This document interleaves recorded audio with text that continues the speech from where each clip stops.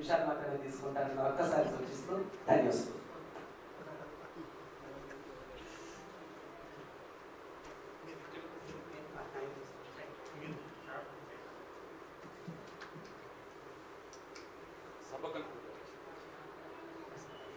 రెండో పర్యాయం సభకు 2 పుస్తకాల ఆవిష్కరణ జరిగింది. అందులో మొదటి పుస్తకాన్ని రచించినటువంటి శ్రీ బోట రాజశేఖర్ గారికి, రెండవ పుస్తక రచయిత అయినటువంటి కంది శంకరయ్య గారికి శుభాకాంక్షలు, నమస్కారాలు తెలియజేస్తూ ఉన్నాను. సమీక్ష అనేది ఎత్తిపోతల పథకం కాదు. ఓ చిన్న పిల్లవాడికి తేనెను చూపిస్తాం, వాడేమనుకుంటాడంటే అదేదో ఔషధం అని అనుకుంటాడు. వాడు పరుగులు తీస్తూ ఉంటాడు. వాడిని లాగి తల్లి ఏం చేస్తుందంటే వాడు చూసేటట్టు ఆ సీసాలో నుంచి కొద్దిగా తేనెను వేలికి తీసుకొని వాడి నాలుక మీద రుద్దుతుంది. ఇంకా తల్లి ఏం చెప్పాల్సిన అవసరం లేదు. వాడికి అందే అంత ఎత్తులో ఆ సీసాను పెడితే చాలు, అది ఖాళీ అయిపోతుంది.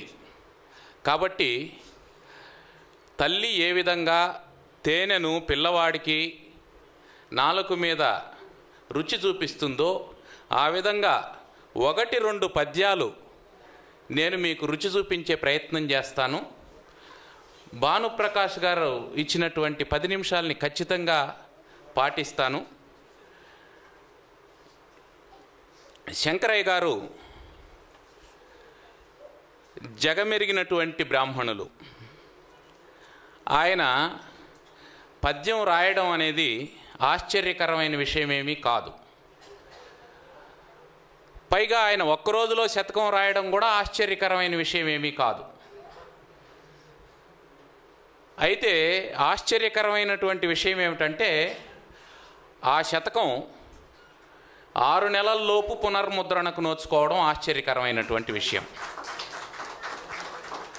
సాధారణంగా మనం నాణ్యత లేనటువంటి వస్తువును కొనుక్కోవాలని ప్రయత్నం చేయం. దాన్ని పదే కొంటున్నారు, చాలామంది కొంటున్నారు అంటే అర్థం ఏమిటంటే ఆ వస్తువు నాణ్యమైనటువంటిది అని అర్థం. ఈరోజు అలాంటి 2 నాణ్యమైనటువంటి పద్య గ్రంథాలని మనం ఇక్కడ చూస్తున్నాం. 2 కూడా పునర్ముద్రణ పొందినటువంటివి. ఇక చాలామందికి ఇక్కడ శంకరయ్య గారి కవిత్వాన్ని గురించి తెలిసినటువంటి విషయమే. అయినా అందరికీ తెలిసినటువంటి విషయం అయినా కూడా చెప్పాల్సినటువంటి బాధ్యత అనేది ఒకటి ఉంటుంది. కాబట్టి నేను 2 ముక్కలు చెప్తాను. పద్యాన్ని నిర్మాణం చేయడం ఆషామాషి వ్యవహారమేం కాదు. ఎందుకంటే పద్యానికి చాలా నియమాలు ఉంటాయి. శతక పద్యంలో మకుటం కూడా ఒకటి ఉంటుంది. ఆ మకుటానికి సమన్వయం కూడా ఉండాలి. ఆ సమన్వయం కుదుర్చుకుంటూ ఆ మకుటం ఏ ఛందస్సులో ఇముడుతుందో చూస్తూ లోకవృత్తమో లేదా పౌరాణిక ఇతివృత్తమో దేన్నో ఒకదాన్ని అందులో ఇమిడ్చేటువంటి ప్రయత్నం అయితే చేయాలి. అలా చేసేటువంటి ప్రయత్నంలో శతకంలో అతివ్యాప్తి అవ్యాప్తి దోషాలు లేకుండా జాగ్రత్త పడాల్సినటువంటి అవసరం శతక రచయితకు ఉంటుంది. ఇక్కడ త్రిపురాసుర సంహారాన్ని ఒక పద్యంలో పెట్టే ప్రయత్నం చేస్తూ ఉన్నారు. బ్రహ్మయ్య సూదుండు కొండన్ విలుగాను అబ్ది దొనగా కంజాక్షు బాణమ్ముగా తురముంజేసి పురాంతకుండవైతే తోరమ్ముగా శంకరా. మొత్తం త్రిపురాసుర సంహారానికి శంకరుడు ఏర్పాటు చేసుకున్నటువంటి సాధన సామగ్రినంతా కూడా పద్యంలో చక్కగా ఇమిడ్చారు. అదేవిధంగా పూర్వ కవుల యొక్క భావం వర్తమాన కవుల మీద లేకుండా ఎప్పుడు ఉండదు. కారణం ఏమిటంటే అది నడిచిన త్రోవ. నడిచిన త్రోవలో నడవడం అనేది అనూచానంగా వస్తూ ఉన్నటువంటి సంప్రదాయం. శివుని స్మరించు చిత్తమదే చిత్తము, శివుని స్మరించు చిత్తమదే చిత్తము, తక్కిన చిత్తముల్ వృధా. శివునకు మ్రొక్కు చేతులవే చేతులు, తక్కిన చేతులే వృధా. శివుని నుతించు జిహ్వయదే జిహ్వ, తదన్యపు జిహ్వలే వృధా. శివునకు గాని జీవనము జీవనమెట్లగునంద్రు శంకరా. దీనికి నేనేమి వ్యాఖ్యానం చేయాల్సినటువంటి అవసరం లేదు. అటు తర్వాత ఇంత సులభంగానూ రాయగలరు, ప్రౌఢంగా కూడా రాయగలరు. ప్రతి కవికి ఒక కోరిక ఉంటుంది, ఒక కళ ఉంటుంది. ఏమంటే మనం రాసినటువంటి పద్యం 10 మందికి అర్థం కావాలి, 10 మంది నోళ్లలో నానాలి అనేది ఒక కళ అయితే, 10 మంది పండితులు దాన్ని చూసి మెచ్చుకోవాలి అనేటువంటి కోరిక కూడా ఉంటుంది. సాధారణమైనటువంటి జనాలు పద్యం వినగానే అర్థమైపోతే తల ఊస్తే చాలా బాగా రాశారు అని అనుకుంటారు. కానీ పండితులైనటువంటి వాళ్ళు ఇంకొంచెం గట్టిగా రాయొచ్చు కదా, ఇంకొంచెం గట్టిగా రాయొచ్చు కదా అని అంటారు. అలా ఇంకొంచెం గట్టిగా రాసినటువంటి పద్యాన్ని ఒకదాన్ని చదువుతాను. గౌరీ మానస రంజనోత్సుక సదా కార్యోన్ముఖ స్ఫూర్తి, దుర్వారారంభ విజృంభమాణ విలసద్వైవిధ్య సత్తాండవాచారాడంబర మూర్తిమత్ప్రదిత వాగ్జాల ప్రభాభాసురాకారాంచద్వర లీల నుంచి కొలుతున్ కాళీప్రియా శంకరా. కొలుతున్ కాళీప్రియా శంకరా, ముందరుండేవాడిని అంతా కొలుస్తున్నాను అని అర్థం. కాబట్టి మనం కూడా పండితుల దగ్గర కూర్చొని ఇవన్నిటిని అర్థం చేసుకొని చదువుకునే, అంటే ఇలాంటిది కూడా ఒకటి ఉండాలి. అంటే కేవలం పాయసం మాత్రమే మనం ఆస్వాదించేటప్పుడు మధ్యలో జీడిపప్పు రాలేదనుకోండి, దానికి పెద్ద రుచిగా ఏమి అనిపించదు. అందుకని ఈ మొత్తం శంకర శతకం పాయసం అని అనుకుంటే ఈ పద్యం జీడిపప్పు లాంటిది. అందుకని దాన్ని ప్రత్యేకంగా జీడిపప్పు కూడా వేశారు పాయసంలో అని చెప్పి చూపించాను. ఇది శతకం. ఇక దీన్ని గురించి నేను పెద్దగా చెప్పాల్సినటువంటి అవసరం లేదు. ఎక్కడైనా శతకం రాసేటప్పుడు కవి యొక్క ఆర్తి ఉంటుంది, అది ప్రధానంగా ఉండాల్సినటువంటి లక్షణం, ఉండే లక్షణం కూడా. నిరుపేదన్, ఎంత అబద్ధం చెప్పారంటే శంకరయ్య గారు, మామూలు అబద్ధం కాదు ఇది. నిరుపేదన్ చూశారా? వసియింపగా గుడిసె ఏనిన్లేని దౌర్భాగ్యుడన్, వరశాస్త్రజ్ఞత శూన్యము ఎల్లెడల దుర్వారావమానంబులన్ భరియింతున్ కడు దుఃఖభారమున. దేవా నీ కృపాలోకనం బరయన్నన్ తరింపజేయుగద భవ్యానందదా శంకరా. ఆయన నిరుపేదాన్ని నేనైతే అనుకోవడం లేదు. వసింపగా గుడిసేయని లేదన్నారు, ఇది అబద్ధమే. తరువాత శాస్త్రజ్ఞత శూన్యం అన్నారు, ఇది అబద్ధమే. దుర్వార అవమానంబులు, అది కూడా ఎల్లెడలా పోయిన చోటంతా. ఏం శాలో కప్పడం అవమానమా?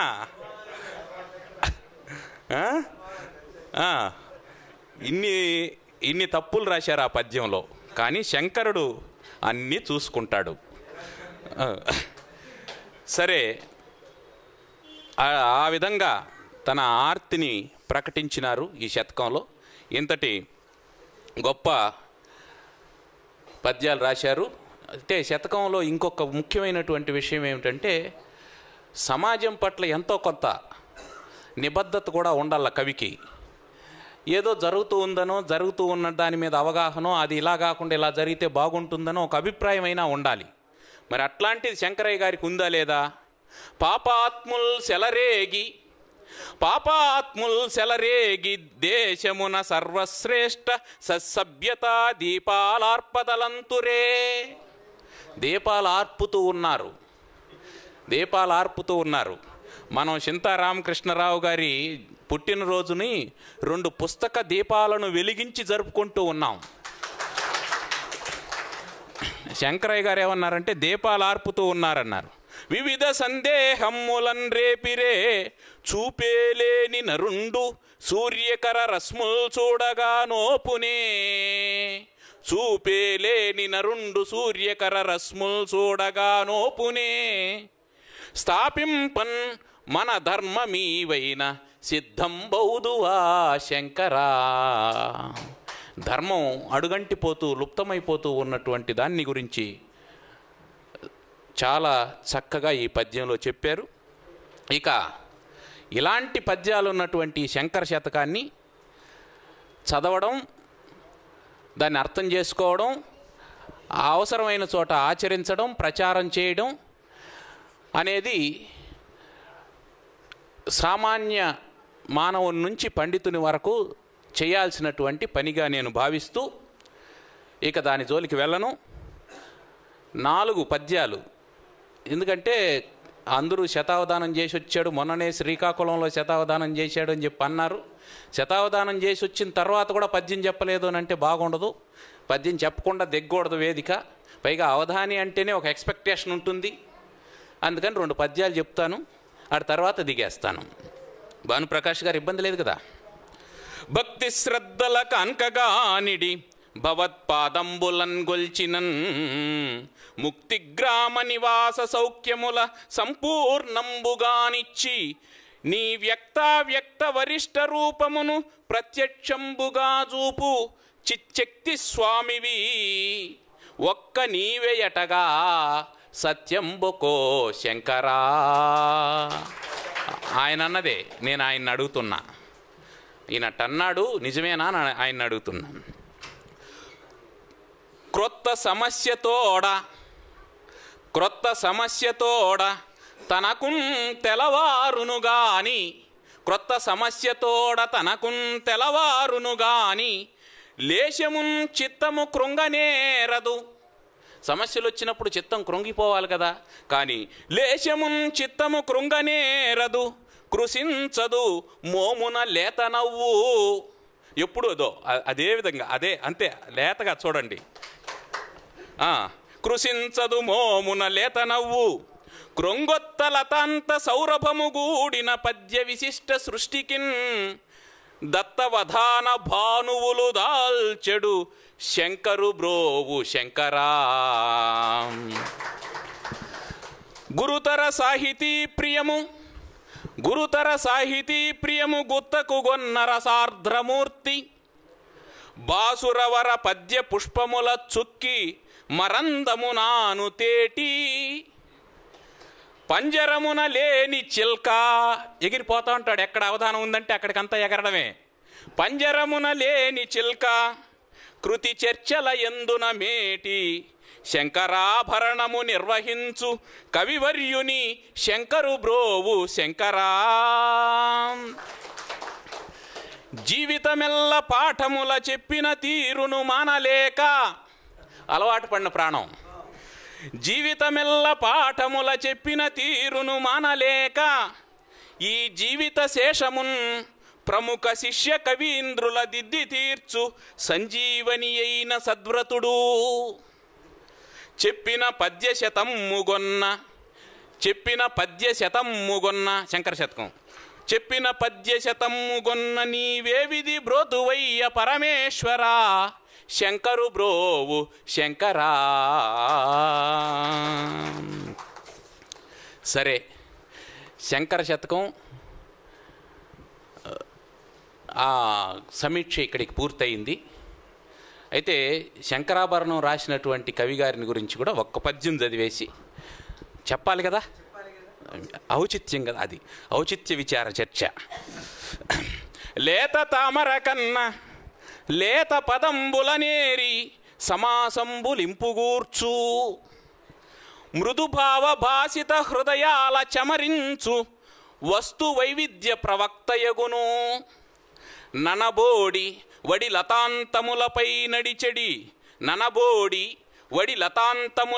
నడిచెడి కుదురెల్ల పద్యాల క్రొమ్మరించు క్రొత్తదనములకెల్ల క్రొత్తందనమ్ముల గుత్తగా మనసుల కొల్లగొట్టు వింత సోయగ మెల్లెడన్ వెల్లి విరియా ప్రాచ్య సంస్కృతి వైభవ ప్రభలు నిండా చిరపురాతన నూత్న విశిష్ట రూప పద్యములకెల్ల కోట మా కోట బుధుడు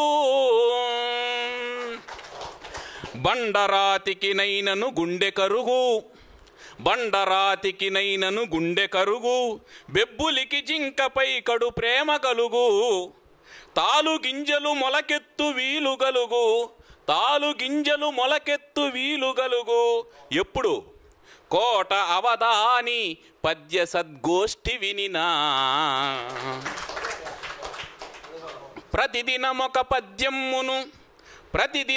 పద్యమ్మును వ్రతముగా విరచించె సుకవివర్యుండు మహాకృతి అయ్యనది ఇంతైంది మహాకృతి అయ్యనది త్రివిక్రమగతి మహాకృతి అయ్యనది త్రివిక్రమగతి పండుగ అయ్య మాకు కమనీయముగా. ఈ పండుగ సందర్భంగా అందరికీ శుభాకాంక్షలు తెలియజేసుకుంటూ సెలవు.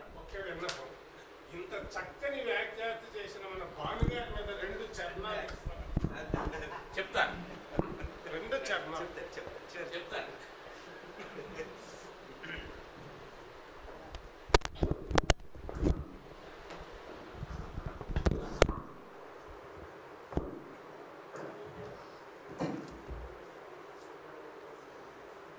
శంకర శతకం సమీక్షనే కాదు, వారి యొక్క అవధాన వైదుష్యాన్ని కూడా మనం కళ్ళారా చూసాం.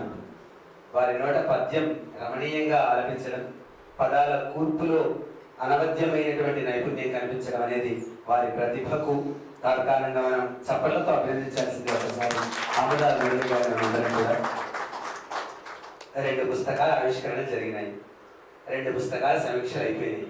నాకు తెలిసి కార్యక్రమం అయిపోయి ఉండాలి, ఇంకా ఎంతసేపు పెడతామని చాలా మంది గడియారం వైపు చూస్తున్నాం కదా. వేదిక మీద ఉన్నటువంటి వాళ్ళల్లో కొందరు మాట్లాడిన తర్వాత, 2 కవుల యొక్క స్పందన విన్న తర్వాత మనం కార్యక్రమాన్ని నిష్క్రమిస్తాం. కార్యక్రమం చివరి దశకు చేరింది అని మరొక్కసారి తెలియజేస్తూ, కార్యక్రమంలో ఈనాటి కార్యక్రమానికి ఆత్మీయ అతిథిగా విచ్చేసిన వారు అవధాని వారు. అవధాని మాత్రమే కాదు, ఈనాటి పుస్తక రచయితల్లో ఒకరికి సహాధ్యాయి కూడా వారే పైడి హరణాథరావు గారు. వారిని కార్యక్రమాన్ని ఉద్దేశించి 2 నిమిషాల వ్యవధి తీసుకొని తమ సందేశం ఇవ్వాల్సిందిగా. 40 నిమిషాలు ఉందండి మీరు చెప్పింది, ఇంకా 40 నిమిషాలు ఉంది. అందరికీ సబ్జెక్ట్ టైం ఇవ్వాలి.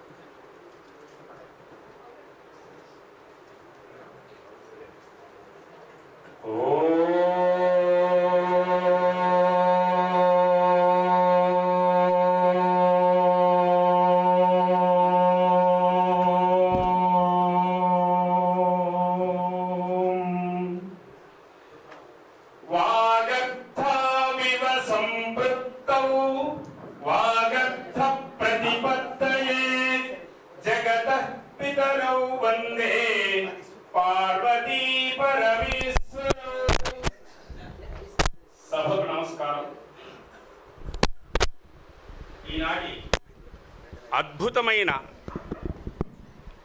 సాహితీ సమావేశం నా చరిత్రలో నేను చూడలేదు.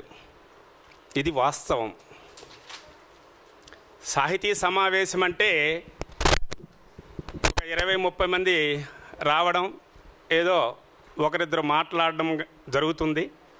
కానీ ఎంత అద్భుతమైనటువంటి అవధానులు, కవి పండితులు, కవిత ఆత్మను ఆస్వాదించడానికి వచ్చినటువంటి మహానుభావులు ఇక్కడ ఎందరో కనిపించారు నాకు. అటువంటి ఈ సభకి అధ్యక్షత వహించినటువంటి శ్రీ ముద్దు రాజయ్య గారు, ఆయన అవధాని, డాక్టరేట్ అనుకుంటాను, వారికి మరియు ఈ యొక్క గౌరవ అతిథి, ఇలాంటి సభలను నడిపించడానికి సభలు ఎవరైనా నిర్వహిస్తారు. సభను నడిపించే వెనుక ఒక శక్తి ఉండాలి. అటువంటి శక్తి కలిగినటువంటి వ్యక్తులు శ్రీ ఎంవి కృష్ణారెడ్డి గారికి మరియు డాక్టర్ సూరం శ్రీనివాసులు గారు వారు మాట్లాడుతుంటే నాకు చాలా ఆనందం అనిపించింది. ఆయన చూస్తే అంటే సామాన్యంగా అంటున్నాను ఏమనుకోవద్దు, ఈయన మామూలుగా కనిపిస్తున్నారో అనుకున్నాను. ఆయన పాండిత్యము అపారమైనటువంటి పాండిత్యం. అంతటి పండితుణ్ణి నేను ఎక్కడో ప్రొద్దుటూరులో చూడడం జరిగింది, ఆ తర్వాత చూడలేదు. ఇది వాస్తవమే. అలాంటి గొప్ప వ్యక్తి. మరియు ఇక్కడ శతావధాని మిత్రులు మన ఆముదాల మురళీ గారు, వీరు నాకు చిరపరిచితులు. నా సహాధ్యాయి రాజశేఖర్ గారు, మేము ప్రొద్దుటూరులో చదువుకున్నాం. వారు నేను కలిసి కళాశాలలోనే మా శిష్యవర్గాన్ని పృచ్ఛికులుగా పెట్టుకొని అవధానాలు చేసినటువంటి సమయం అన్నమాట. నేను మొట్టమొదట అవధానం కళాశాలలోనే ఏర్పాటు చేశారు. రాజశేఖర అవధాని గారు అప్పటికే సుప్రసిద్ధులు. వారి సమయంలో మా గురువు గారు నరాల రామారెడ్డి గారు, అలాగే అవధాన విద్యలో కొంత అనుభూతిని కలిగించినటువంటి మహానుభావుడు సివి సుబ్బన్న గారు, వారి అవధానం నేను మొట్టమొదటి చూశాను. ఆయన అవధానం చేస్తూ ఉంటే నాకు చాలా ఆనందాన్ని కలిగింపచేసింది. ఇది ఒక ప్రక్రియ ఎలా సాధ్యమవుతుంది అని ఆనాడు మొట్టమొదటి అవధానంలో నేను భావించాను. అది దైవకృతమో వీరి చలవో మా గురువులు అవధానం చంద్రశేఖర శర్మ గారు, నరాల రామారెడ్డి గారి యొక్క శిష్యరకములో పొందినటువంటి అనుభూతితో పద్యనడక అనేది వచ్చింది.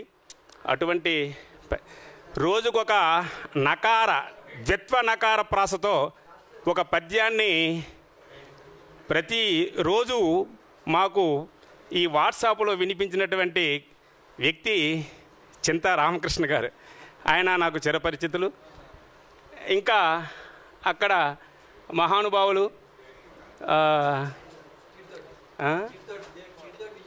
చిడితోటి విజయ్ కుమార్ గారు, అష్టావధాని. అదే అందరూ అష్టావధానుల వేదిక ఒక అవధానం ఉంటే ఎనమండుగురు పృచ్ఛికులు ఉంటారు, కానీ ఇక్కడ అందరూ అష్టావధానులే. అలాంటి చివర పెలుమల్లి వెంకటేశ్వర గారు. ముఖ్యంగా చాలామంది అనుకుంటారు సమస్య ఇవ్వడం ఏమీ లేదు, సమస్యని పూరించడమే కష్టమని. దానికి నేను వ్యతిరేకిని.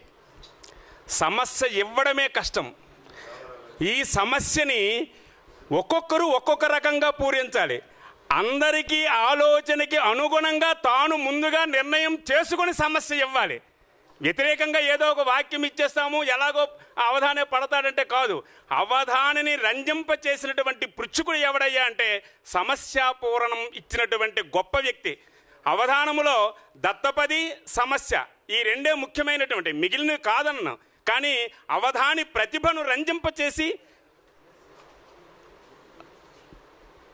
సాహితీ ప్రియులకు ఆనందాన్ని కలిగింప చేసినట్లుగా సమస్య ఇవ్వగలగాలి. ఛందోబద్ధంగా ఏదో పద్యపూరణ చేయడం అనేది అవధానాన్ని తర్వాత ఆసు కవిత ఉంటుంది, ఏదో రకంగా పద్యం పూరిస్తారు. ఒక అవధాన సభలో పృచ్ఛకునిగా కూర్చోవాలంటే ఒక సమస్య పృచ్ఛకునిగా అవకాశం ఇస్తే ఏ సమస్య ఇవ్వాలని 4-5 రోజులు ప్రయత్నం చేస్తే కానీ ఒక సమస్యను నేను తయారు చేసుకోలేను. ఇది వాస్తవం. అలాంటిది రోజుకొక సమస్యని సృష్టించడం అంటే అది ఆషామాషి కాదు, అది చాలా గొప్పతనం. ఆయన్ని ప్రత్యక్షంగా ఈరోజే నేను చూడడం, కానీ ఆయన గురించి మా పద్య వైభవం అనే దీంట్లో ప్రతిరోజు ఆయన్ని నేను చూస్తూ ఉంటాను. మైలవల మురళీకృష్ణ గారు మొట్టమొదటి ఒక పద్యం రాస్తారు, రాజశేఖర అవధాని గారు ఒక పద్యం రాస్తారు. వీరి పద్యాలు చూస్తుంటే నాకు రాయాలనిపిస్తుంది. కాకపోతే మా ప్రాంతానికి ఈ ఇంటర్నెట్ అనేది లేకపోవడం వల్ల, సరిగా రాకపోవడం వల్ల నేను అందులో పాల్గొనలేకపోతున్నాను. అటువంటి ఈ సభని ఈరోజు నాకు చాలా ఆనందంగా అనిపించింది. 2 నిమిషాలు ఇచ్చారు, 2 నిమిషాల్లోనే పూర్తి చేస్తాను. మరి ఇంతటి సోదరీమణులైనటువంటి సాహితీ పిపాసకులు అందరికీ కూడా నా హృదయపూర్వకమైనటువంటి నమస్కారాలు సమర్పిస్తూ, సమస్యలు ఎన్ని రకాలుగా ఉంటాయో, ఏ రకంగా అవధాని అనేవాడు ఏ విధంగా దాన్ని ఆలోచన చేస్తాడు అని చెప్పేసి మరి మన డాక్టర్ సోరం శ్రీనివాసులు గారు చాలా అద్భుతంగా చెప్పారు. దాని గురించి నేను చెబితే అది అంత బాగుండదు. అలాంటి ఈ సమస్యలన్నింటినీ కూడా ప్రతిరోజు ఒక సమస్యని పూరించాలంటే ఎన్ని రకాలుగా ఉంటుందో చెప్పారు. ముఖ్యంగా ఏంటంటే వ్యాకరణములో మంచి ప్రావీణ్యత ఉండాలి. అక్షరాలని ఏ విధంగా ఒక్క తెలుగులోనే ఉంది. అక్షరాలని చేల్చడము, అక్షరాలని కలపడం అనేది, అక్షరాలని చీల్చి సమాసాన్ని పూరించడం, అక్షరాన్ని కలిపి సమాసాన్ని పూరించడం, ఇలాంటివి చాలా చమత్కారాలు ఉన్నాయి.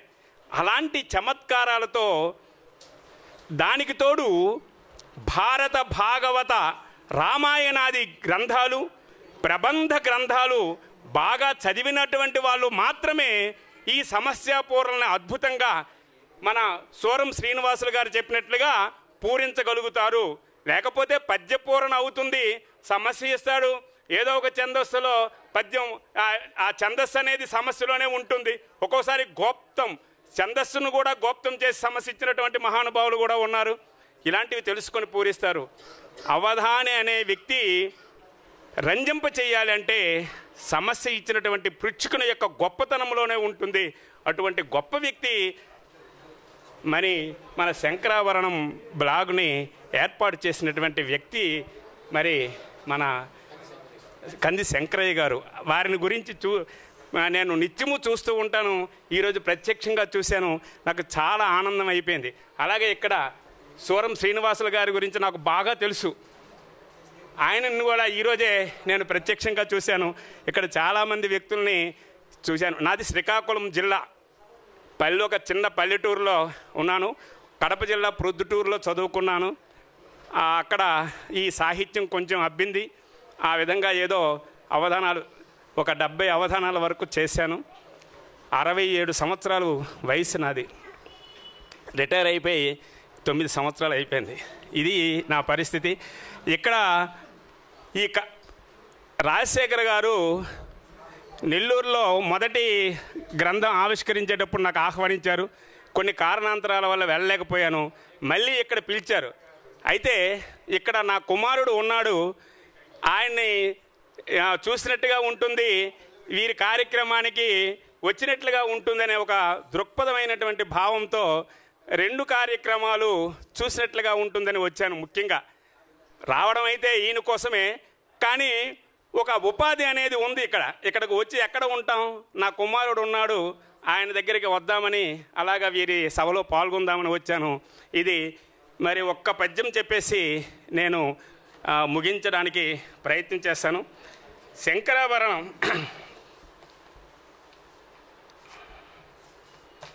ఇందాక సోరం శ్రీనివాసులు గారు ఒక మాట అన్నారు. బుద్ధిపూర్వకంగా పద్యాన్ని చెప్పడం అనేది హృదయము నుండి అంతరార్థ భావనతో పద్యం చెప్పడం అనేది అని చెప్పారు. ఇలాగ పుస్తకం తెరిచిన వెంటనే మన శంకరాభరణం, మన శంకరయ్య గారి పద్యం ఒకటి నాకు ఆయన మాటల్లో కనిపించింది. చూడండి, దీన్ని వివరించక్కర్లేదు, మీరు అందరూ తెలిసినటువంటి వాళ్ళ, సమయం లేదు. కానీ పద్యం ఎంత అద్భుతంగా రచించారు. భూధరమెక్కి శ్రేష్టమగు పువ్వుల తెత్తునో, దుర్గమాట వీధుల జొచ్చి పక్వ ఫలపేసెల సారము తెత్తునో, నదీ సాధు జలములన్గొని ప్రశస్తముగా అభిషేకమెంతునో, సాధన కష్టమే కనుక చాలును హృత్సుమమిత్తు శంకర. హృదయం అనే పద్మాన్ని మాత్రమే నేను ఇవ్వగలను తప్ప, ఇవన్నీ అంతరార్థంకి వెళితే చాలా విశేషమైనటువంటి కథలు ఈ ఒక్క పద్యంలో ఉన్నాయి. అది గొప్పతనం పద్యం రాయడంలో. అలాంటి అద్భుతమైనటువంటి వ్యక్తి శంకరాభరణం శంకరయ్య గారు. నాకు చాలా ఆనందంగా ఉందన్నమాట. ఆయన్ని తలంచుకుంటే, ప్రతిరోజు తలంచుకుంటాను నేను. ఎలాగ ఇస్తున్నారు ఈ సమస్య? ఒక సమస్య ఇవ్వాలంటే ఎక్కడదో పాతవి ఎవరో తీసి దాన్ని అటు పెట్టి ఇటు పెట్టి మార్చి ఇవ్వడమే తప్ప కొత్తగా ఒక సమస్యని సృష్టించలేకపోతున్నామే. ఒక అవధాని నుండి ఒక కొత్త సమస్యను సృష్టించాలంటే నాకు చాలా కష్టమవుతుంది. ఏదో ఒక రకంగా కొత్తదే అనిపించినట్లుగా పాతదే ఇస్తుంటాను ఎప్పుడు ఎక్కడ పృచ్చుకుడిగా ఉన్నా సరే. ఆ సభకి క్రొత్తదిగా అనిపిస్తుంది, కానీ అలాంటి వాళ్ళు చూస్తే ఇది పాతదే అని గ్రహించేస్తారు. అంటే అక్కడ మొక్క ఇక్కడ మొక్క చేర్చి ఏదో ఒకటి ఇవ్వడం అనమాట. కానీ ప్రతిరోజు ఒక సమస్యను ఇవ్వడం అనేది అది చాలా అద్భుతమైన కళ. వారి కళ ప్రపంచవ్యాప్తమైంది, ఒక్క ఆంధ్ర రాష్ట్రమే కాదు. అంచేత మనిషి జాషువా అంటాడు, సుకవి జీవించు ప్రజల నాలుకల యందు, ప్రజల నాలుకల్లో జీవిస్తాడు సుకవి. అంత గొప్ప కవి శంకరయ్య గారు. ఇంకా మా మిత్రుల గురించి చెప్పాలంటే చాలా చెప్పవచ్చు. ఒక్క పద్యంతో చెప్పేసి పూర్తి చేస్తాను.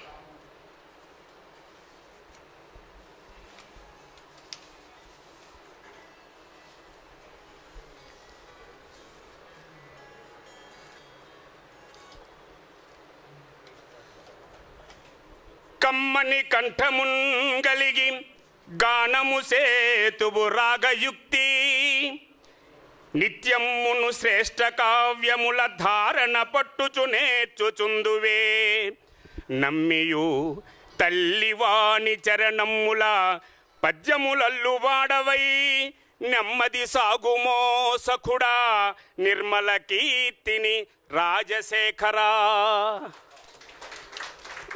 ఇలాంటి అద్భుతమైనటువంటి ఈ సభకి అనుకోకుండా వచ్చాను. అనుకోకుండా ఆయన రమ్మన్నారు. సరే ఇది ఒక అవకాశమని హైదరాబాదు వచ్చాను.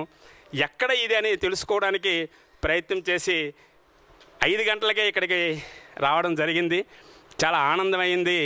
ఈ యొక్క అవకాశాన్ని ఇచ్చినటువంటి కార్యనిర్వాహకులకు, ముఖ్యంగా కార్యనిర్వాహకులు సభను ఏర్పాటు చేయడం అనేది, అందులో సాహితీ సభను ఏర్పాటు చేయడం అనేది చాలా కష్టమైన పని.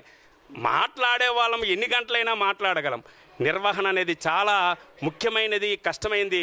అటువంటి ఈ కష్ట పరిస్థితుల్లో నాకు ఈ అవకాశం ఇచ్చినటువంటి ఈ కార్యనిర్వాహకులకు భానుప్రకాష్ గారు, వారు కూడా అవధానే అనుకుంటా, వారికి హృదయపూర్వకమైనటువంటి ధన్యవాదాలు చేస్తూ ఈ అవకాశాన్ని కల్పించినటువంటి మా మిత్రుడు రాజశేఖర్ గారికి మరొకసారి ధన్యవాదాలు తెలియజేస్తూ, ఇంత అద్భుతమైనటువంటి ఈ సభకు విచ్చేసినటువంటి సాహితీ ప్రియులందరికీ, సోదరీమణులకు నా హృదయపూర్వక ధన్యవాదాలు తెలియజేస్తూ విరమిస్తూ ఉన్నాను.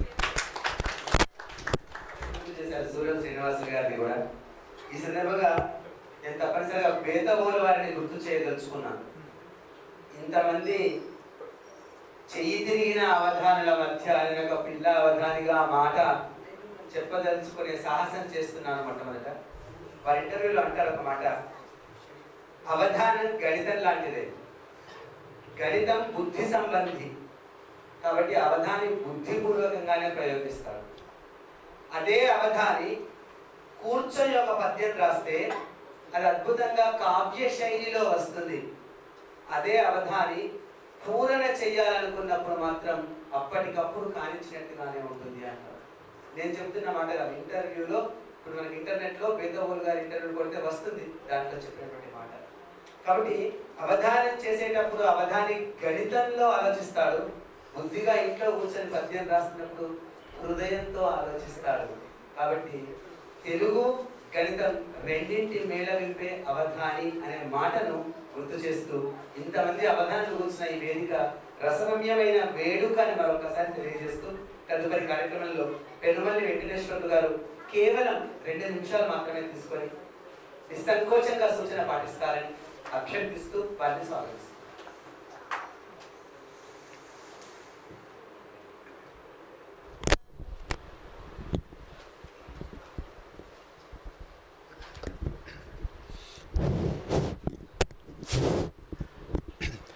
గౌరవనీయులకు అధ్యక్షుల వారు, వ్యాఖ్యానకర్త భానుప్రకాష్ గారికి, వేదికను అలంకరించిన పెద్దలకు, రసహృదయులైన ప్రేక్షకులందరికీ కూడా నమస్సుమాంజలుడు. మాది ఆంధ్రప్రదేశ్లో నెల్లూరు దగ్గర అల్లూరు గ్రామం. రాజశేఖర్ గారితోటే నేను అక్కడ బీఈడీ అసిస్టెంట్గా పనిచేశాను. ఆయనతోటే పనిచేయడమే మాకు మహా గొప్ప అనిపిస్తూ ఉంది. ఎందుకంటే అవధాని ఆయన, మేము మామూలు మనుషులం. కానీ ఆయన పుస్తకం చదివినప్పుడే అవహా మా రాజశేఖర్ ఉండాల్సిన సంస్కృత పండితుడు. ఆయన మామూలు తెలుగు పండితుడు కాదు. మా కాలేజీలో రామకృష్ణ జూనియర్ కాలేజ్ అనేది నెల్లూరు జిల్లాలో ఒక మంచి స్కూలు. దాదాపు 1200 మంది విద్యార్థులు కలిగి 30-35 మంది స్టాఫు. అందులో సంస్కృత పండితుడు ఆయన. ఆయన రిటైర్ అయినప్పుడు కూడా అందరూ నెల్లూరు నుంచి కూడా వచ్చి సత్కరించారు. మా నెల్లూరు జిల్లా అంటే కవి హృదయం, తిక్కన మార్చుడు ఉండేటటువంటిది. అటువంటి దాంట్లో ఆ రాజశేఖరు అవధాన పండితుడు. ఆయనతోటే నేను పనిచేస్తున్నాను అని చెప్పుకునేదానికే నాకు గొప్ప. చూడండి, భాగ్యనగరంలో వచ్చి ఆయన పుస్తకావిష్కరణ చేస్తున్నాడంటే మహదానందపడ్డాను. నేను ఇక్కడికి కొత్తగా వచ్చాను. మా మనవడు పనిచేస్తుంటే సాఫ్ట్వేర్లో ఆయన దగ్గర ఉన్నా. నాకు దారి తెలీదు, వచ్చేది తెలీదు. 2 గంటలప్పుడు చూస్తే కుంభవర్షం. అరే రే పోలేకపోతానే అనిపించింది. ఇటువంటి ఈ కార్యక్రమంలో నేను పాల్గొనడం అనేది నిజంగా నా అదృష్టం. రాజశేఖర్ తోటే పనిచేయడమే నా అదృష్టం. అతను చిన్నవాడు, నాకంటే చాలా చిన్నవాడు. నాకు దాదాపు 78 సంవత్సరాలు ఇప్పుడు. అయినా ఆ రాజశేఖర్ కోసం కష్టపడి వర్షంలోనే వచ్చాను. ఎందుకంటే అతను నా శిష్యుడు అని చెప్పుకోవాలి. వాళ్ళ నాయన నాకు బాగా తెలుసు, సారంగపాణి గారు. అక్కడ ట్యూషన్లు చెప్పేవాడు. అటువంటి రాజశేఖర్కి పుస్తక ఆవిష్కరణ జరుగుతుందంటే పోలేకపోయానే అని చాలా బాధపడ్డాను. ఇంకా 2-3 అయ్యవార్లు ఉన్నారు ఇక్కడ, వారు కూడా వస్తా అన్నారు. కానీ వర్షం వల్ల వాళ్ళు రాలేకపోయారు. నేను మాత్రం ఈ అవకాశం వదులుకోలేదు. ఎందుకంటే ఇంతమంది మహానుభావుల సభలో నేను వచ్చి అతను పుస్తకావిష్కరణ చూస్తున్నానంటే నిజంగా మహద్భాగ్యం, నా అదృష్టంగా భావిస్తున్నా. ఇంకా ఎంతమందో పుస్తకాలు ఇచ్చారు గొప్పవాళ్ళు, మహానుభావులు, ఎందరో మహానుభావులు. అందరికీ శతసహస్ర వందనాలు సమర్పిస్తూ ఈ అవకాశం ఇచ్చిన దానికి నేను మీకు అందరికీ కూడా కృతజ్ఞత చెప్తూ ముగిస్తున్నాను.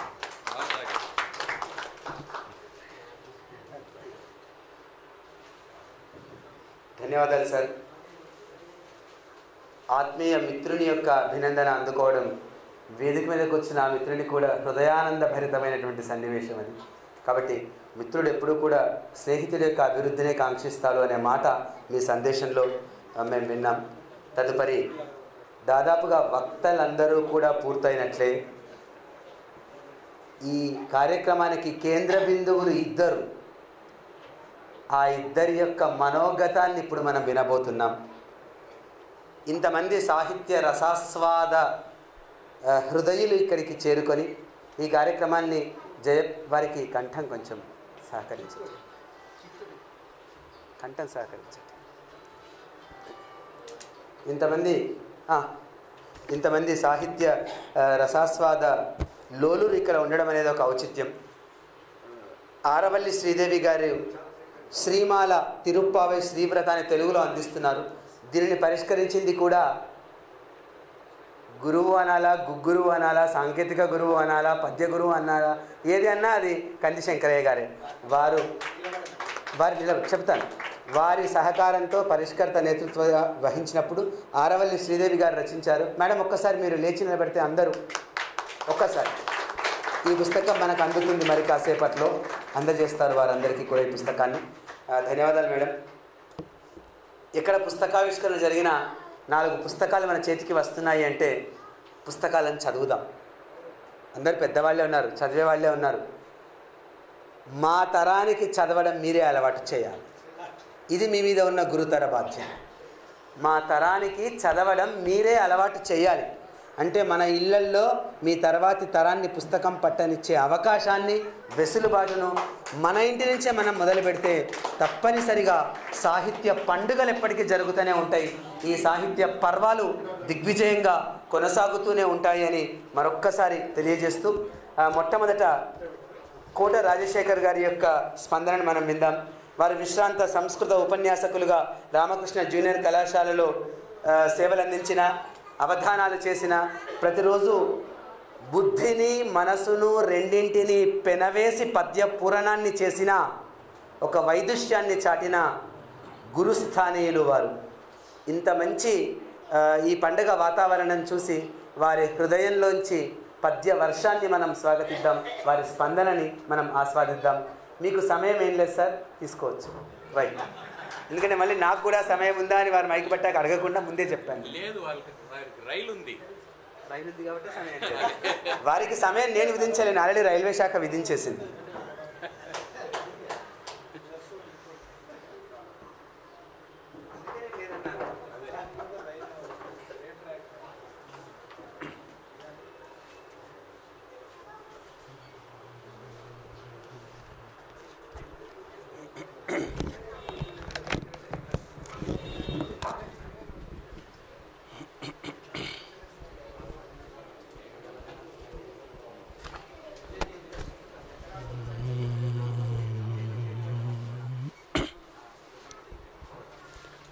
చదువుల తల్లి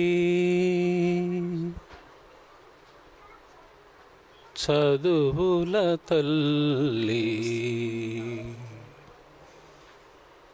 చదువుల తల్లి వాణి పదిలముగా నాదు నాల్కపై నిల్చి, పదిలముగా నాదు నాల్కపై నిల్చి, దయన్ పదముల మృదు మధురముల సదమలమతి గూర్పుమమ్మ సంస్తుతి చేతున్.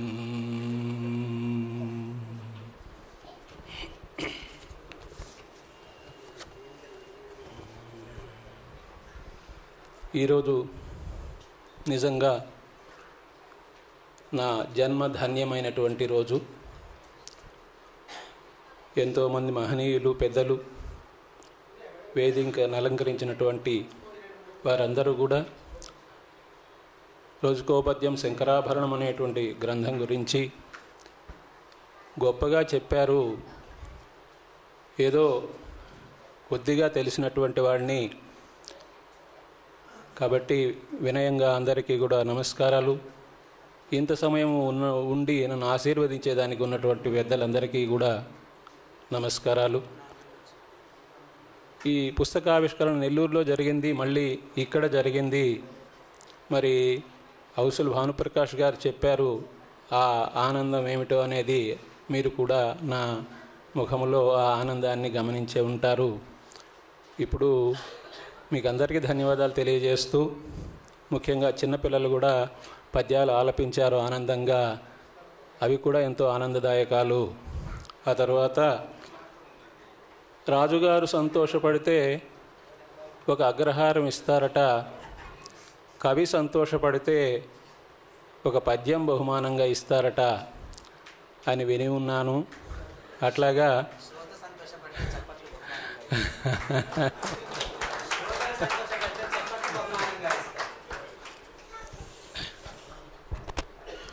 ఆ విధంగా ఇప్పుడు ఈ సందర్భంలో కొన్ని పద్యాలని వేదిక మీద ఉన్నవారికి నేను అందజేసే ప్రయత్నం చేస్తాను. ముద్దురాజయ్య గారు సుమారుగా ఒక 2 సంవత్సరాలు లోపునే పరిచయము.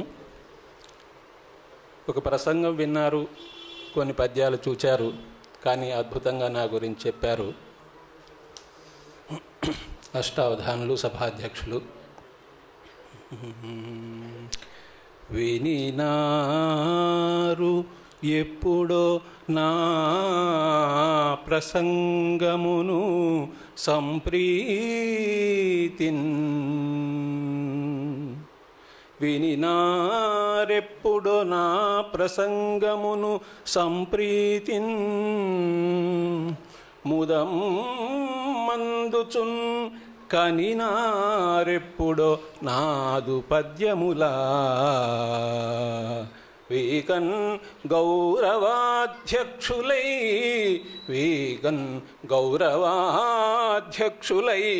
మనినారిప్పుడు గ్రంథమున్ గనగా ప్రేమన్ ముద్దురాజయ్య గారు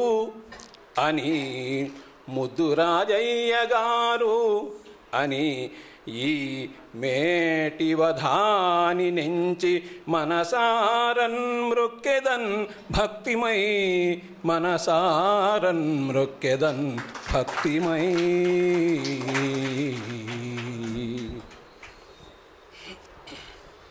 అట్లాగే పెద్దలు ఎంవి కృష్ణారెడ్డి గారు జడశతకం సందర్భంలో నేను ఇక్కడికి వచ్చినప్పుడు వారి గురించి ఒక శిశుపద్యం వినిపిస్తే చాలా సంతోషపడ్డారు. వారు ఎప్పుడూ సేవా కార్యక్రమాలు, సమాజ హిత కార్యక్రమాలన్నీ కూడా చేస్తూ ఉంటారు. మరి ఈరోజు గౌరవ అతిథిగా విచ్చేశారు, వారి సమయాన్ని కేటాయించారు. ఎప్పుడూ లోక కళ్యాణమే. ఇందాక పెద్దలు చెబుతూ శ్రీకృష్ణదేవరాయలంతటి వారు అనేటువంటిది ప్రస్తావన చేశారు. అయితే అనుకోకుండా నేను కూడా ఆ మాటే అనుకున్నాను. శ్రేయమున్ జనులెల్ల పొందుటకు వాసిన్ సత్కృషిన్ సల్పు సుధ్యేయమున్ గని శ్రేయమున్ జనులెల్ల పొందుటకు వాసిన్ సత్కృషిన్ సల్పు సుధ్యేయమున్ గని గౌరవాతిథిగా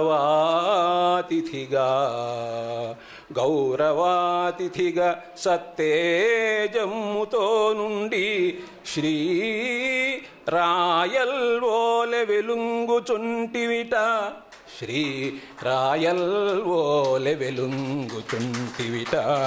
శ్రీరమ్యా సుధీ పేదకున్ సాయమున్ నిరతము చేయు ఘనకృష్ణారెడ్డి కైమోర్చెదన్ పేదకున్ సాయమున్ నిరతము చేయు ఘనకృష్ణారెడ్డి కైమోర్చెదన్.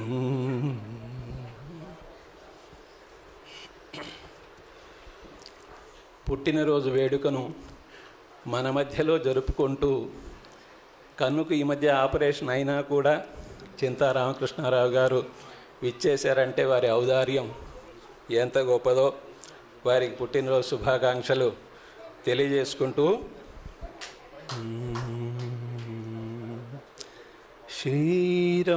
శ్రీరమ్యంబుగా చిత్రపద్యముల రాసిన్ కూర్చుచున్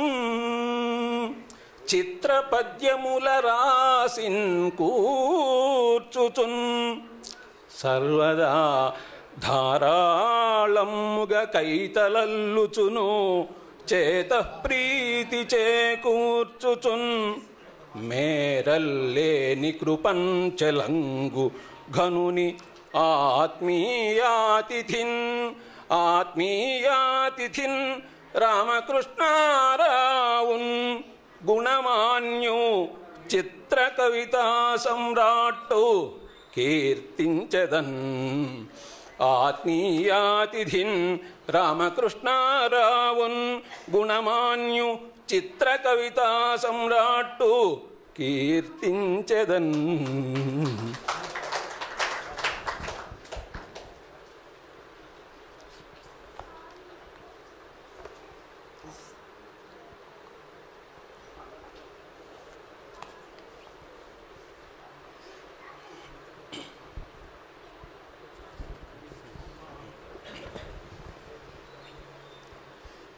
పద్యాలు రాయాలంటే ఎంతో సమయం పడుతుంది. కానీ ఒక శతకాన్ని 24 గంటల్లో రచించారు కనిశంకరయ్య గురువర్యులు. మరి చిన్న విషయం కాదు. 2 సంవత్సరాల నుంచి నేను ఈ సమస్యాపూరణ చేస్తున్నాను శంకరాభరణంలో. నేను కూడా ఎంతో మెరుగు పెట్టుకున్నాను నా పద్యానికి ఈ శంకరాభరణం ద్వారా. ఆ శంకరయ్య గురువు గారికి నమస్కారాలు తెలియజేస్తూ వరమని పద్య సంపదను వర్ధిలజేయగా, వరమని పద్య సంపదను వర్ధిలజేయగా,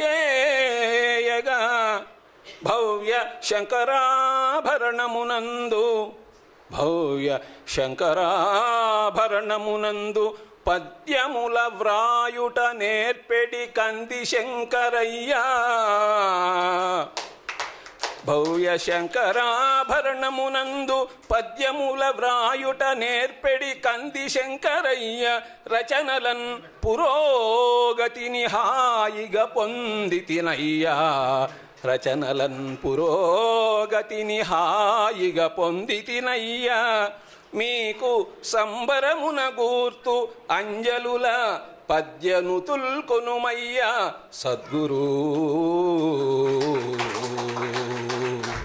మీకు సంబరమున కూర్తు అంజలుల పద్యనుతుల్ కొనుమయ్య సద్గురు.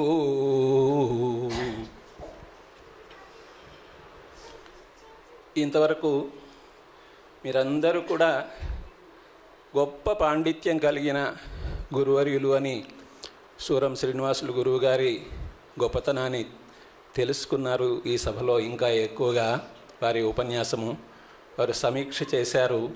నెల్లూరులో కూడా సమీక్ష చేశారు సూరం శ్రీనివాసులు గురువర్యులు. వారు ఎంత గొప్పవారంటే ఎంత పాండిత్యం ఉన్నా సరే గర్వం అనేది లేదు. సాధారణంగా ఉండి శిష్యునికి కూడా సహాయం చేసేదానికి కూడా సిద్ధమవుతారనమాట. శిష్యుని ఇంట్లో పనులు చేసేదానికి కూడా సిద్ధమవుతారు. అంత గొప్పవారు, శిష్య వాత్సల్యం కలిగినటువంటి వారు. వారికి నమస్కారాలు తెలియజేస్తూ, ముఖ్యంగా వారు మహాభారతాన్ని 1,00,000 శ్లోకాలని వాటి భావాల్ని రాశారు. గోరఖ్పూర్ గీతా ప్రెస్ వాళ్ళు దాన్ని ముద్రించారు. ఆ పుస్తకాలు అన్ని రైల్వే స్టేషన్లో దొరుకుతాయి. అవి 7 సంపుటాలుగా ఉన్నాయి. శ్లోకం భావం మహాభారతం. శివానంద లహరి ఈ మధ్య సంస్కృతంలో వ్యాఖ్యానం చేశారు, వ్యాకరణ బద్ధంగా ప్రత్యేకంగా. మరి అంతటి వారిని నేను దర్శించడం, నేను చదువుకునే రోజుల్లోనే 4 సంవత్సరాలు పెద్దగా వారు కాలేజీలో ఉన్నారు, మూలాపేటలో వేద సంస్థ కళాశాలలో. వారికి హృదయపూర్వక ప్రణామాలు. ఈరోజు కూడా సమీక్ష చేశారు. మరి ఎంత సంతోషమైందో నేను చెప్పలేను. సమభావమున వ్యాస భారతము దీక్షన్ తెల్గునన్ పూర్తిగా రమణీయంబుగా వ్రాసినట్టి బుధు. వ్యాస భారతము దీక్షన్ తెల్గునన్ పూర్తిగా రమణీయంబుగా వ్రాసినట్టి బుధు. సూరం శ్రీనివాసార్యు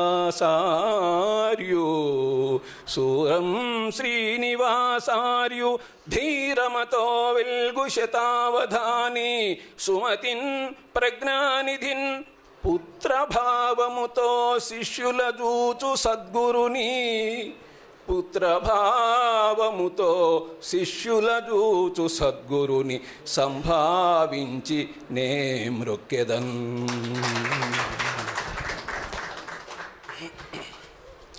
ఇంకో విశేషం ఏంటంటే, ప్రతిరోజు నేను పద్యాలు రాస్తూ వెంటనే శంకరాభరణంలో పెట్టకుండా ముఖ్యంగా శ్రీ అష్టావధాని చిట్టుతోటి విజయకుమార్ గారికి వాట్సాప్లో పంపించేవాడిని.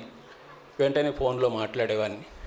వారు ఎక్కడున్నా సరే, అమెరికాలో ఉన్నా మాట్లాడేవాడిని, భారతదేశంలో ఏ రాష్ట్రంలో ఉన్నా సరే, బాంబేలో ఉన్నా, ఎక్కడ ఉన్నా, నాగపూర్లో ఉన్నా ప్రతిరోజు మాట్లాడేవాడిని. వారు తీసుకుని మాట్లాడేవారు, సూచనలు చేసేవారు.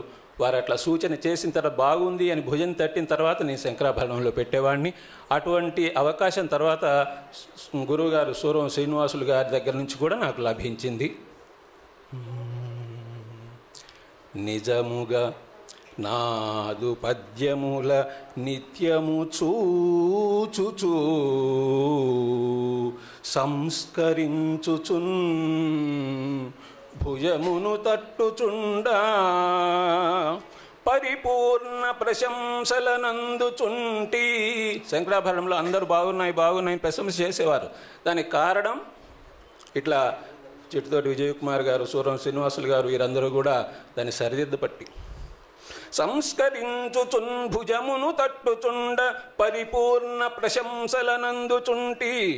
ఓ సుజనా వధాని వర్య గుణశోభిత హే చిటితోటి వంశజా, హే చిటితోటి వంశజా విజయకుమార మాన్యవర విఘ్నుడా మీకు కృతజ్ఞతాంజలు.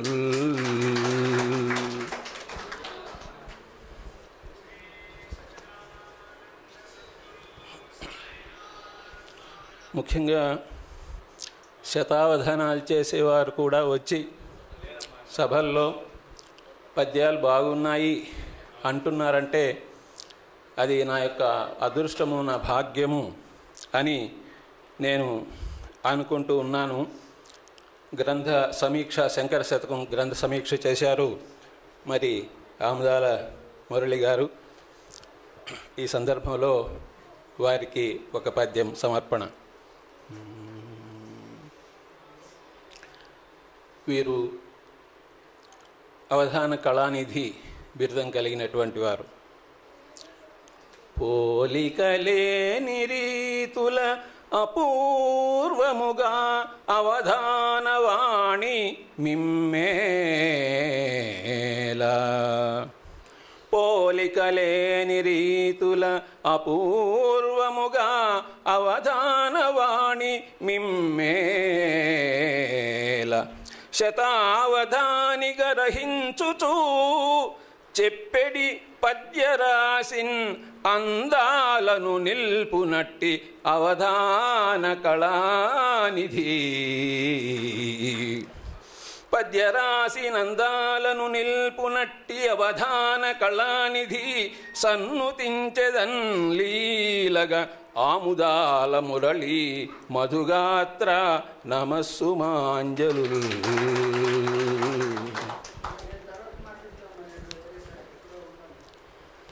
శతకం ఆవిష్కరణ సందర్భంలో ఇక్కడ సమన్వయకర్తగా ఉన్నారు అష్టావధాని కౌశల భానుప్రకాష్ గారు.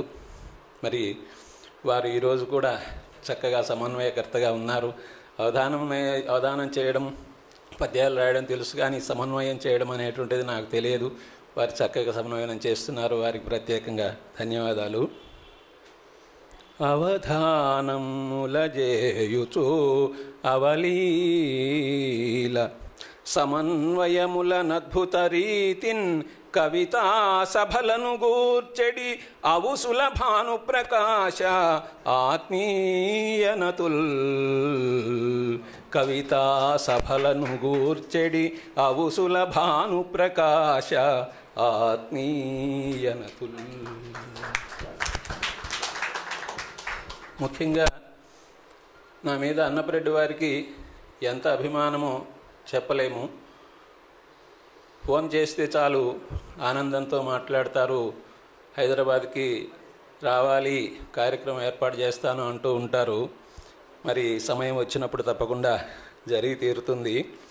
వారు కూడా పద్యకవి, ఈ మధ్య పుస్తకం కూడా ముద్రించారు. మరి ఈ సందర్భంలో ఒక్క మాట. అన్నిట పెద్దగా మసలుచూ, అన్నిట పెద్దగా మసలుచు నన్నభిమానించు సత్యనారాయణ రెడ్డిన్ నుతగును కవివరు అన్నపరెడ్డి వరుని మనసారందలతున్. కవివరు అన్నపరెడ్డి వరుని మనసారందలతున్.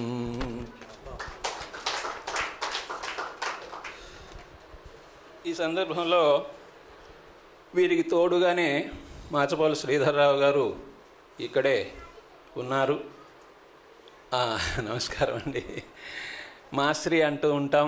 వారు కూడా పుస్తకాలు వ్రాశారు. ఒక కలం 2 గళాలు ముద్రింపబడింది, ఇంకా కూడా ముద్రించవలసినవి ఉన్నాయి. కైతల నల్లుచు నిత్యము ప్రీతింగను మాచవోలు శ్రీధరరావును పూత చరిత్రుని వరకవిన్ ఏ తత్సభలోన ఇదే గణింతును మా శ్రీన్. ఏతత్సభలోన ఇదే గణింతును మా శ్రీన్. ముఖ్యంగా ఈ సందర్భంలో నేను ప్రొద్దుటూరులో చదువుకునేటప్పుడు పైడి హరినాథరావు గారు నాకంటే 2 సంవత్సరాలు జూనియర్గా ఉండి చదువుకున్నారు. అప్పటి నుంచి కూడా మరి మా స్నేహం అనేటువంటిది అలా కొనసాగుతూనే ఉంది. నేను 35 అవధానాలు మాత్రం చేస్తే వారు 70 అవధానాలు చేశారు. మరి ఆ విధంగా చాలా గొప్పవారు. వారి గురించి ఒక్క మాట అండి. ఇప్పుడు కూడా వారి మాటలు మీరు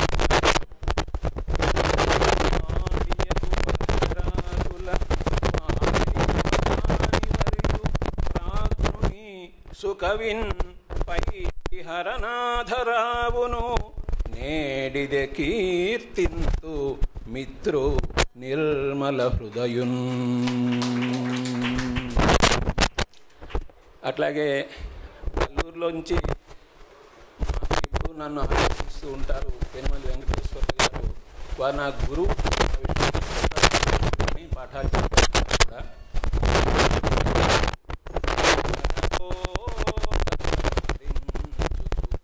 పరమగు దీవెనల కూర్చు పాత్రుని ధరలో చిరతర కీర్తున వెలిగడి గురువరు శ్రీ వెంకటేశు కీర్తింతు సభన్. గురువరు శ్రీ వెంకటేశు కీర్తింతు సభన్. మొత్తం మీద ఈ ఆనందకరమైనటువంటి సందర్భంలో ప్రేక్షకులు, పండితులు, శ్రోతలు మరి ఎంతో అభిమానిస్తూ కార్యక్రమాన్ని నిర్వహించేదానికి అవకాశం కల్పించారు.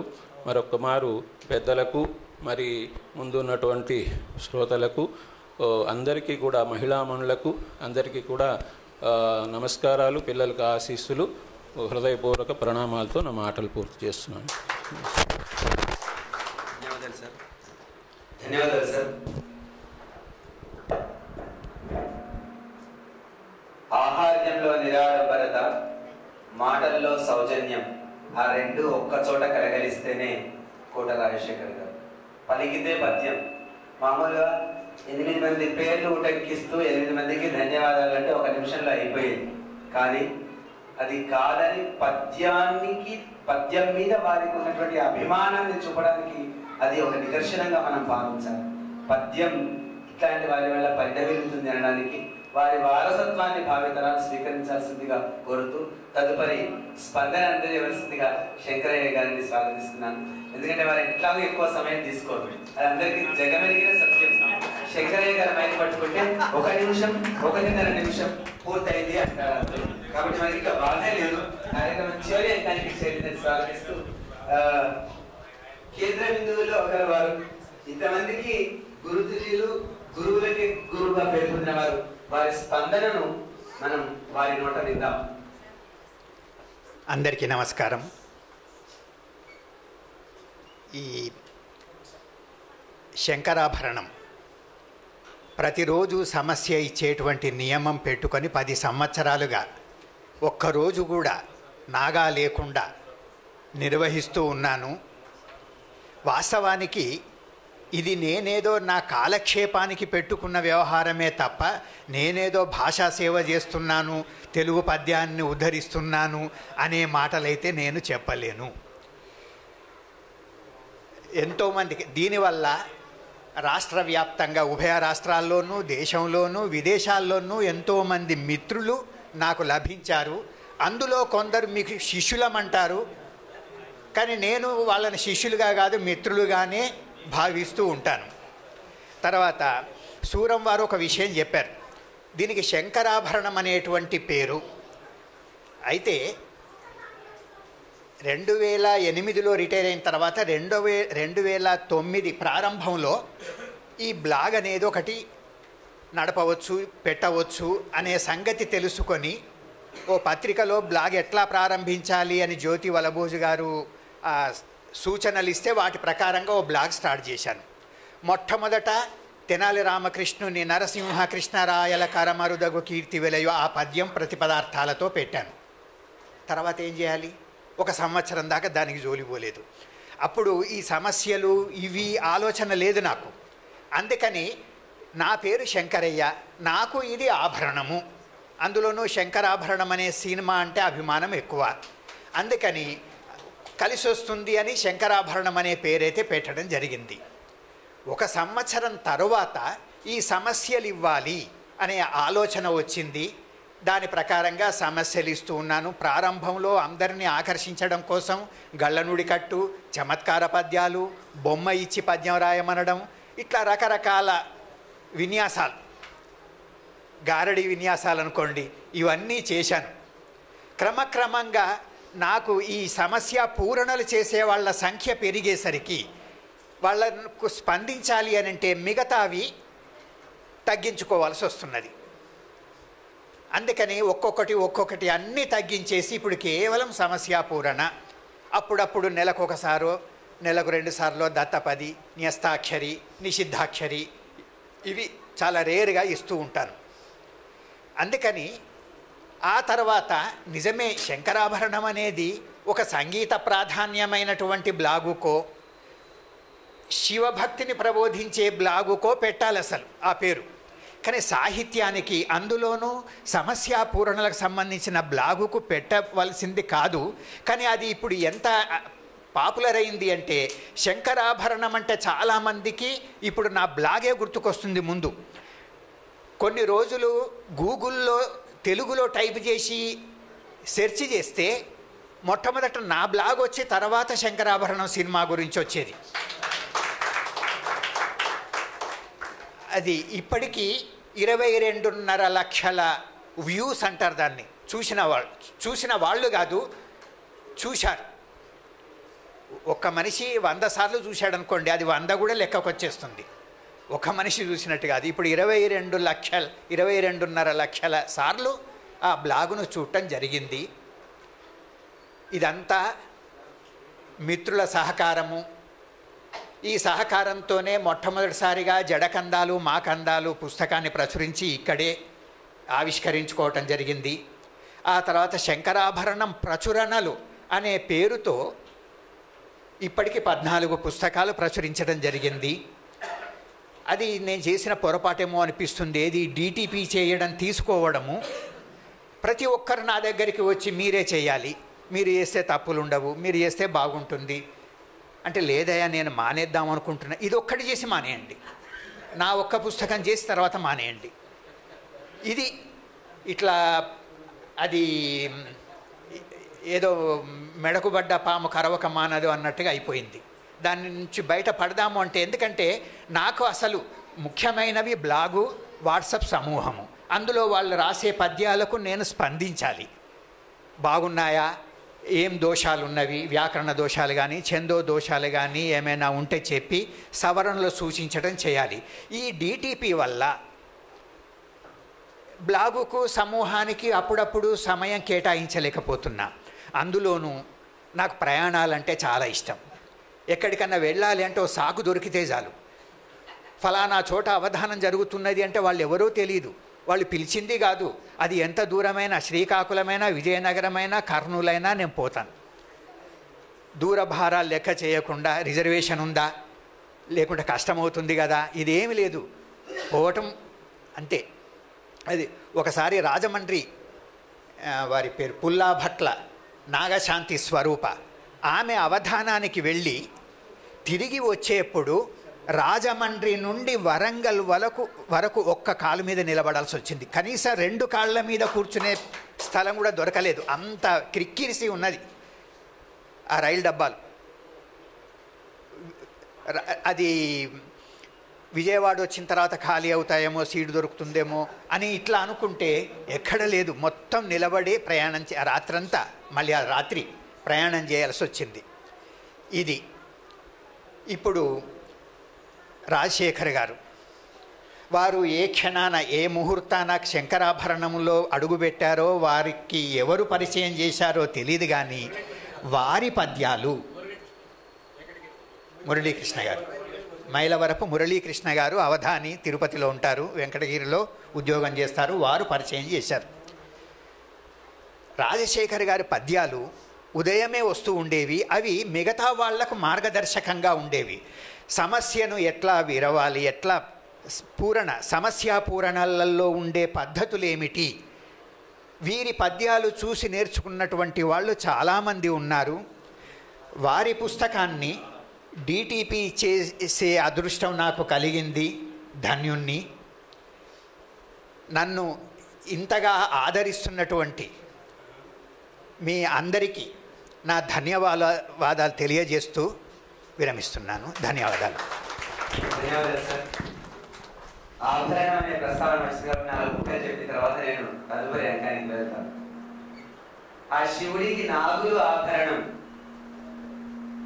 ఆ శివుడికి నాగులు ఆభరణం, శంకరయ్య గారికి పద్యం ఆభరణం, ల్యాప్టాప్ కు శంకరయ్య గారి చెయ్యి ఆభరణం, అవధానాలకు వారి సమస్య ఆభరణం, వెరసి సాహిత్యానికి వారి డిటిపి ఆభరణం. కాబట్టి ఆ డిటిపి యజ్ఞం ఆపదం మనం చెప్తాము. ఎందుకంటే బయట డిటిపి ఆపరేటర్లు ఛందో నియమాలు తెలియని వాళ్ళు చాలా మంది ఉంటారు. కవి ఇచ్చేది ఒకటి, వాడు కొట్టేది ఒకటి. వచన కవిత్వాన్ని అద్భుతంగా కొడతాడు, ఆంగ్లాన్ని అద్భుతంగా కొడతాడు. కాబట్టి డిటిపి ఆపకపోవడం మంచిదని మరొకసారి సూచిస్తూ చివరి అంకానికి చేరాం. ఇద్దరు కవులు మనం సత్కరించుకుంటాం. తదనంతరం ఆహ్వానితుల్లోంచి కూడా లబ్ధ ప్రతిష్ఠులైన వారిని, పద్య సారస్వతానికి సేవలు అందిస్తున్న వారిని సత్కరించుకునే కార్యక్రమం ఉంటుంది. ఇందులో భాగంగా మొట్టమొదట కంది శంకరయ్య గారు. అది మేము మొదటి స్వాగత సత్కారం, ఇది అభినందన సత్కారం. చప్పట్లు మర్చిపోయినా, మళ్ళీ చాలాసేపు అయింది కదా.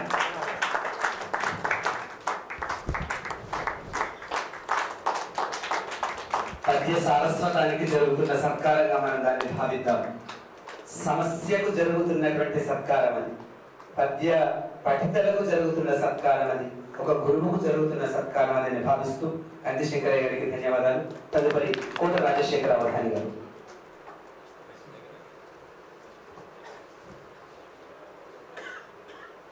రోజుకో పద్యం శంకరాభరణం ఇదివరకే ఒక సంచిక వేసి మరిన్ని పద్యాలు జోడించి 500 పద్యాలను ఒక చోట ప్రోధి చేసి పద్య పంచశతిని మనకు అందించిన ఒక రమణీయమైనటువంటి అది ఒక పద్య ప్రసాదంగా మేము దాన్ని భావిస్తున్నాం సార్.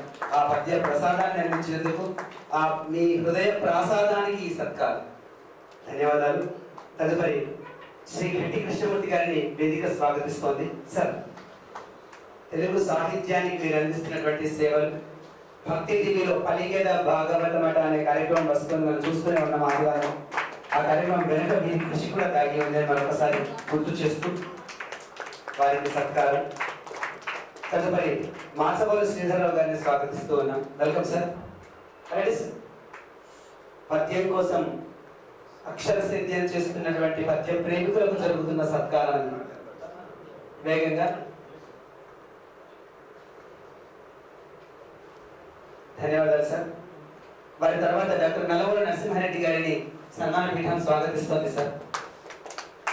ఉదయం పూట కంది శంకరయ్య గారి సమస్య వాట్సాప్ లో ప్రత్యక్షం కావడం ఎంత సహజమో, ఖచ్చితంగా ఒక అరగంట అటు ఇటులో ఒక పొడుపు పద్యం రావడం కూడా అంతే ఖచ్చితత్వం. అదే ఖచ్చితత్వంతో వారు అందజేస్తున్నారు. ఇటీవల 2 పద్య కావ్యాలను ఆవిష్కరించారు వారు కూడా. వారి మనం గట్టిగా చప్పట్లతో అభినందనలు అందజేద్దాం మనందరం కూడా. తదుపరి అవును, మీరు వెళ్ళారు. ఆ ఆవిష్కరణలో శంకరయ్య గారు భాగస్వామి అయ్యారు. తదుపరి బండకారి అంజయ్య గౌడ్ గారు. అంజన్న అనేక శతకాలను రచించి యక్షగానాలను కంఠత అవపోసన పట్టి అవధానంలోకి అడుగువేసి అవధానాలు కూడా చేస్తూ నిరంతరం సేవలు అందిస్తున్నారు. సహజ కవిగా పేరు పొందినటువంటి వారు బండకారి. 7 శతకం అతి త్వరలో మన ముందుకు రాను, అతి త్వరలో మన ముందుకు రాను.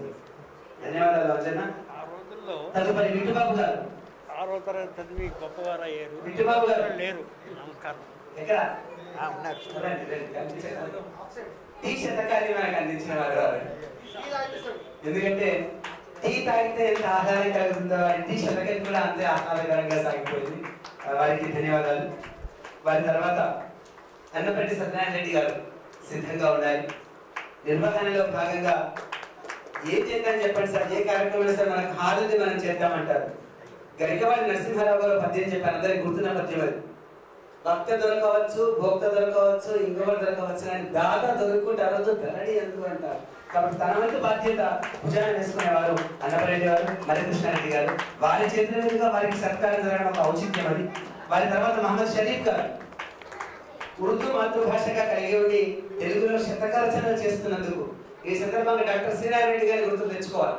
వారికి జ్ఞానపీఠ వచ్చే సందర్భంలో ఎందుకు ఈ సన్మానం, ఎవరికి ఈ సన్మానం, చెట్టంతా పేరొందిన చిగురులకు ఈ సన్మానం అంటూ అమ్మగ కమ్మగ బుచ్చమ్మగ నన్ను కనిపించిన హనుమాజీ పేటకు ఈ సన్మానం ఉర్దూనే విద్యార్థిగా నాలో ఊపిరి లూదిన నా నాల్కకు ఈ సన్మానం అంటారు శ్రీనారాయణ రెడ్డి గారు. కాబట్టి మాతృభాష ఉర్దూ అయ్యింది పద్యసేద్యం చేస్తున్నందుకు వారికి సత్కారం. తదుపరి యువకవి భూమయ్య గారు సిద్ధంగా ఉండాలి. ఆశీస్సులు అవసరం, పెద్దవాళ్ళ ఆశీస్సులు మీకు ఉండాలని శంకరయ్య గారు తలపెట్టారు. సంగారెడ్డిలో ఉంటారు వారు మహమ్మద్ షరీఫ్ గారు. రండి భూమయ్య గారు. షరీఫ్ కెమెరా తీసుకో. షరీఫ్ గారు కెమెరా తీసుకోవాలి భూమయ్య చేతిలో వచ్చి. భూమయ్య గారు కూర్చో. భూమయ్య గారు భూమనాది మాట్లాడే శతకాన్ని దివ్యాంతిని రచించారు. అతి త్వరలో మనం దీని దాదాపు 500 పద్యాల పుస్తకం మనం కూడా చూడబోతున్నాం. సేమ్ సమస్య పూరణాలు, దత్తపదులు, న్యస్తాక్షరులు శంకరాభరణం బ్లాగ్ లో వారు పూరించామని ఒక చోట పూర్తి చేస్తున్నారు. వారికి ధన్యవాదాలు తెలియజేస్తూ అసనారి గారు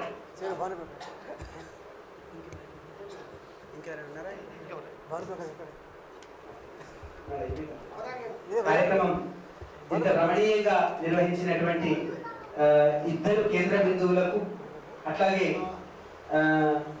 ఆత్మీయ అతిథులకు, సభాధ్యక్షులకు, అలాగే రసికులైనటువంటి ప్రేక్షకులకు అందరికీ పేరు పేరున ధన్యవాదాలు తెలియజేస్తూ శంకరయ్య గారు రసవత్తరంగా ఆసక్తికరంగా నిర్వహించినటువంటి ఔసుల భానుప్రకాష్ గారి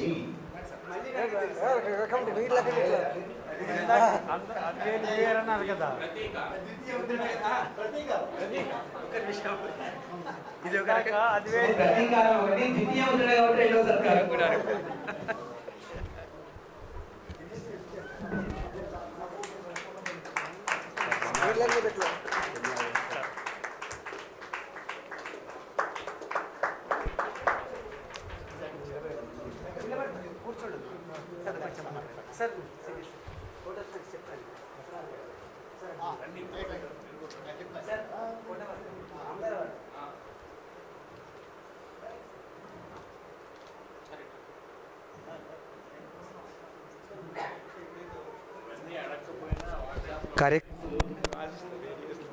మొదటిసారి ఇక్కడ జడశతకం ఆవిష్కరణ చేసినప్పుడు భయపడ్డా మేము చేయగలమా ఈ కార్యక్రమం.